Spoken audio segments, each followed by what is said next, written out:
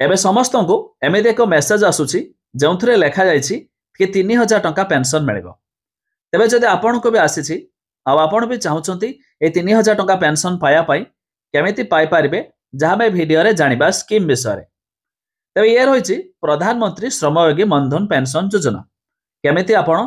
प्रत्येक मास 3000 टंका लेखाएं pension Piper video आम जाना शेष पर्यटन देखूँ ता पूर्व भिडियो गोटे लाइक कर दिंतु सब्सक्राइब कर नथिले सब्सक्राइब कर पाखर थिबा घंटी चिन्ह को दबाई दिंतु। देखंतु ये होची तार ऑफिशियल नोटिफिकेशन प्रधानमंत्री श्रमयोगी मानधन योजना जो आपण को प्रत्येक मास 3000 टंका लेखा पेंशन मिलिबो केतेबेले ना आपणकर बयस जेतेबेले 60 वर्ष हेबो काहेकि आपण जानछंती पेंशन पाया हेले 60 वर्ष तेणु 60 वर्ष बयस रे आपण को ए स्कीम अधीन रे पेंशन मिल पारिबो। एबे आउ सब कोन देखंतु क्राइटेरिया जहां में वीडियो रे जानिबा तबे एथिरे आपण को 50% टंका आपण भरिबे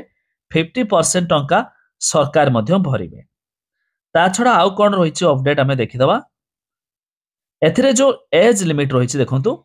18 रु 40 वर्ष जो मानक बयस 18 रु 40 वर्ष बयस हेतियो से माने मध्य एथिरे आवेदन करि पारिबे। ता छडा आउ कोन एथिरे आवश्यक डॉक्यूमेंट आधार कार्ड मोबाइल नंबर एमिति कि आपणकर बैंक अकाउंट नंबर ये सब आवश्यक रही।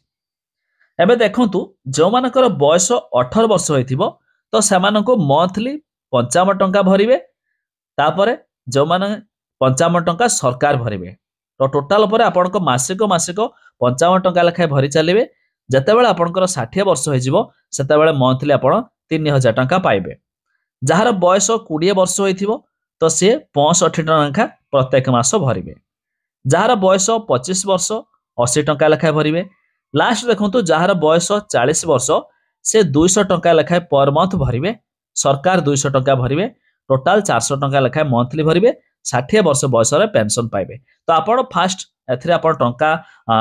डिपॉजिट करिवे मंथली हिसाब रे आपण सेतेबेले मंथली हिसाब रे मध्य टंका पाइ पारिबे जोटा कि प्रधानमंत्री श्रमयोगी मनधन पेंशन मनधन योजना रे जोटा कि ये होचे एक पेंशन स्कीम।